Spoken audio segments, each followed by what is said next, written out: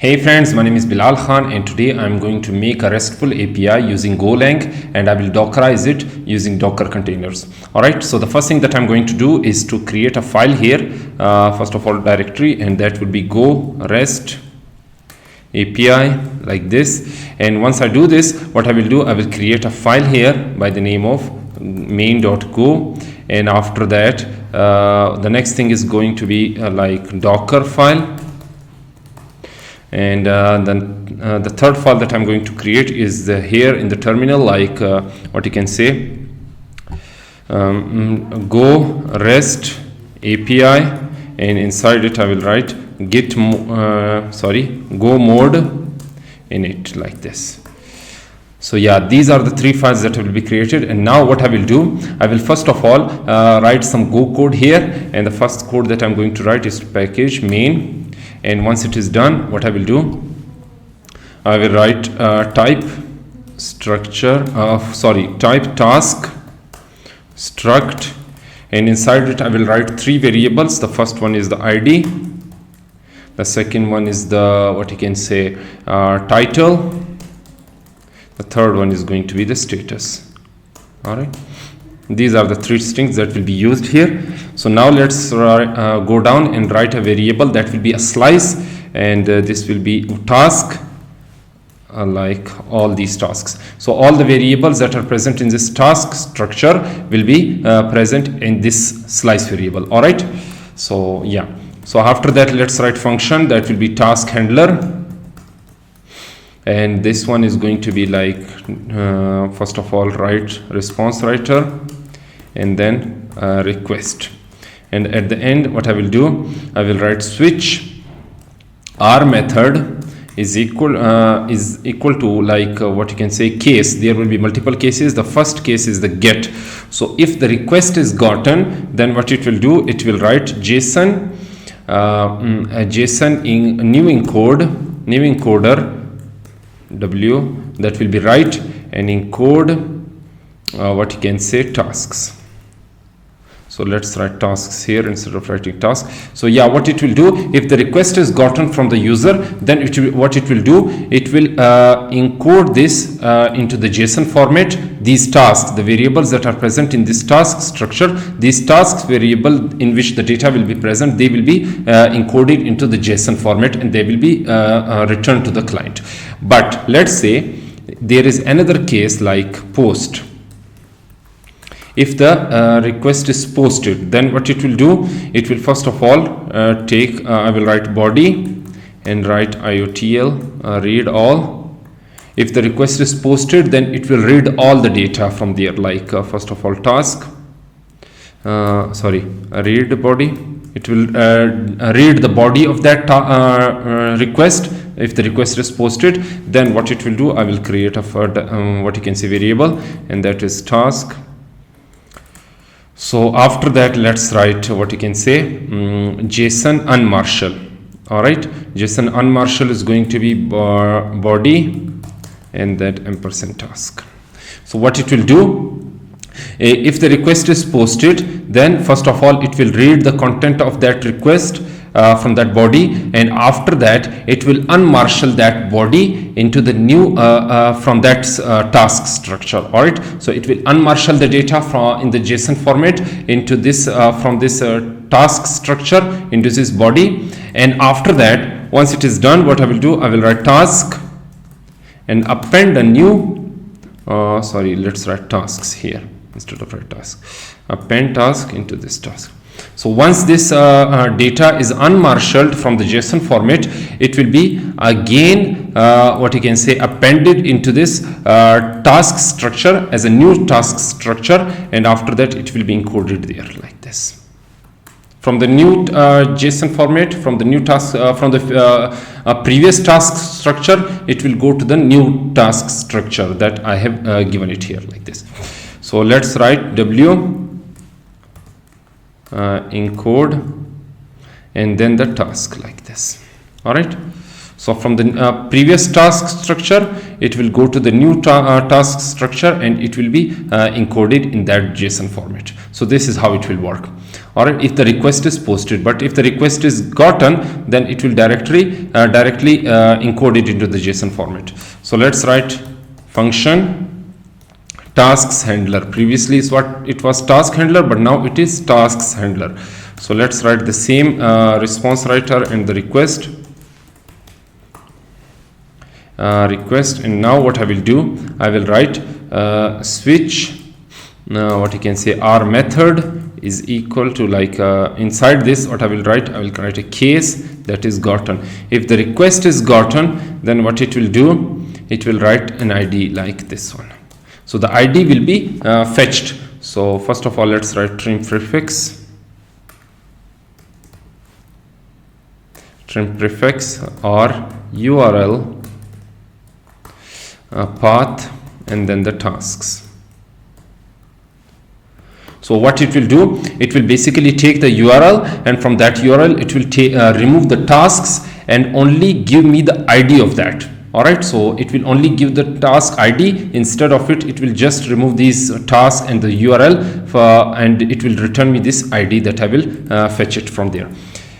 And after that, let's write for. Now I will print out the IDs and use it further. So what I will do, I will first of all write the for loop, and that would be item is equal to range tasks, and the next thing is going to be like if statement, if item ID is equal to ID itself. So if this ID is given, if this ID is equal to the item ID that is fetched from the task, if both of them are equal, then it will write JSON new encoder and encode item. So in this case, it will encode that item into the JSON format if both of these IDs are equal. Alright, so let's say if I have given one ID number 1, then it will fetch the item according to that ID. If I give the item ID number 2, then it will give me the data according to that ID number 2. So yeah, this is how it will work. So now let's write return. And let's write HTTP error. Let's say if the error is occurred, so what I will do, I will write HTTP error like task not found, like this, task not found. And the next thing is going to be like what you can say, HTTP status not found, like this, status not found. This is how it will work. But now let's say if the get request itself is not working, then what it will do, I will write a default case like this, HTTP error, and then write like this, invalid request method, if the get request is not working. So let's write HTTP status method not allowed, like this. And now let's write the main function in which these functions will be executed.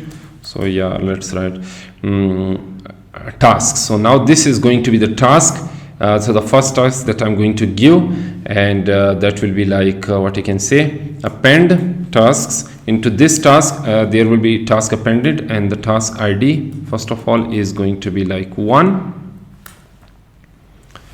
And let's say if the task ID is given, now let's write what you can say, our title is going to be task 1, and the next thing is going to be status, and this will show me pending, this pending status of this task.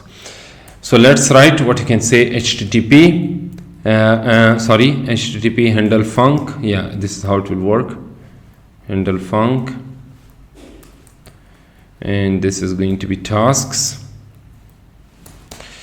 what is this function is task handler. Task handler is the first function, and now the second function that I'm going to use is handler func for this task without any ID. So here the ID will be given, but here the ID will not be given. So I will write tasks handler. So here what I have done is that if the request is gotten, only in this function the request will be gotten. There will not be any ID of it. Alright, so as you can see here that I have returned the task without using any ID or without using this sign. So it means that it will only accept the data if that data is given to it. It will not accept any kind of other IDs. Instead, in this task handler functionality, it will accept the other IDs also, like this ID that I have given it. Alright, so this is an important point. And now let's write fmt print line server listening to port 800, like 8000, right? And let's write what you can say, http listen serve 8000, sorry, and nil.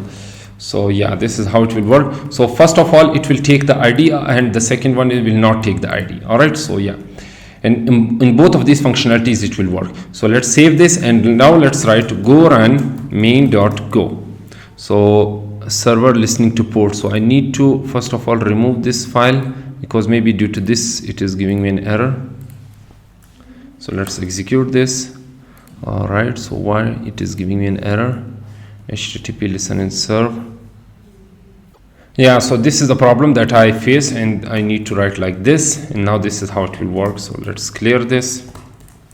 And now if I write go run main.go, now it will work fine. Server listening to port 8000. So let's go back and print what you can say, remove this and create open another tab and write 8000 like this. Now page not found, but now if I write tasks, you will see the task is also not found.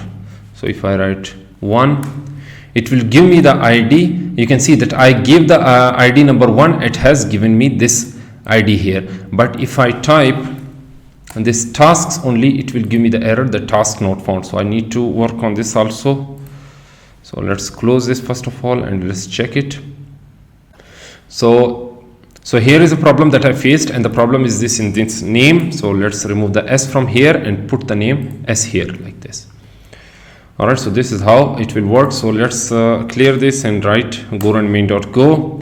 And now if I refresh this, as you can see here, there is only tasks without any ID. So as you can see here that it is giving me this data without giving any ID. But if I type a specific ID, it will give me the data according to the specific ID also. All right, so this is how it will work. So now the functionality is running by in this go main.go file, but now I need to dockerize this. So how can I do this? I deleted the file. Like first of all, I will create this again, Docker file, and let's write from Golang like this and latest. So I will take the latest Golang image, and once it is done, what I will do, I will write run what you can say make dir and like the application app directory. So I will create an app directory, and all the resources from the this file will be transferred into this app directory. After that, let's write what you can say add. It means that I add all the resources from the main.go file to this app directory. All right, and once it is done, what I will do, I will write a working directory like this one. So the working directory will not be now the main directory, instead it will now be the app directory that I recently created. And once I do this, after that what I will do, I will write run and go build o main dot. So what this will do, it will create an executable file. This it will create an executable file from this main.go file. And after that, let's run this executable file by using cmd executable that will be present inside this app and then main. So the inside this app directory, there is an executable file that is present by the name of main, and this will be executed. Once this is executed, it will be built, and now I can run. Now I will be able to run this without running this go run.main.go file. All right. So yeah, let's save this, and now let's clear this. Let's write Docker. First of all, let's remove this and open a new terminal. go REST API, and now let's write docker build t, and docker build t, and now let's write go REST API and dot. So that will be taken. Dot means that the data or the resources will be taken from this main directory. All right. So it will take some time. So let's wait for this. So now you can see here that the Docker image is finally built. So what I will do now, I will write docker run and then d for making them in the detached mode, and then a p for the port, and the port is 8000. And this, like, and the first one is the 8000, and this is the 8000, like this is the port number, like as you can see here, 8000. So after that, let's write go REST API. So let's run this, and now it is run now.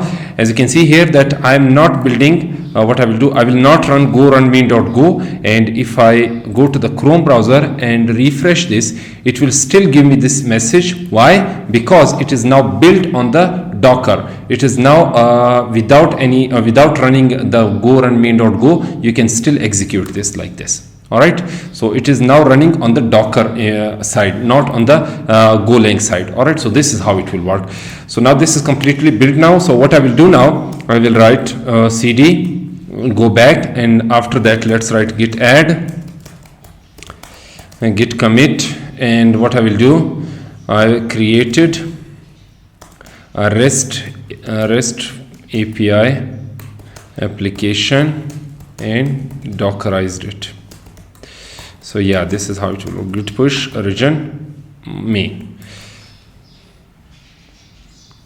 So now this is done. Now let's go to the what you can say GitHub repository, and yeah, hello world. This is get go REST API. So this is the application that is currently uploaded here, and you can check this result here. All right. So yeah.